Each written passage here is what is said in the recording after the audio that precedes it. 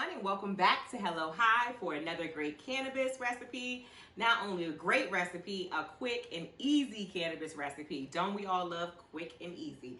So today we are cooking caramel apple Cinnabon cinnamon rolls, and you only need can of butter and can of coconut oil. But if you don't have the can of coconut oil, you can substitute that for the can of butter on that part of the recipe. And we're doing 2 infusions. We're going to infuse the cinnamon rolls, and we're also going to infuse the caramel sauce that we put on top. So let's get started.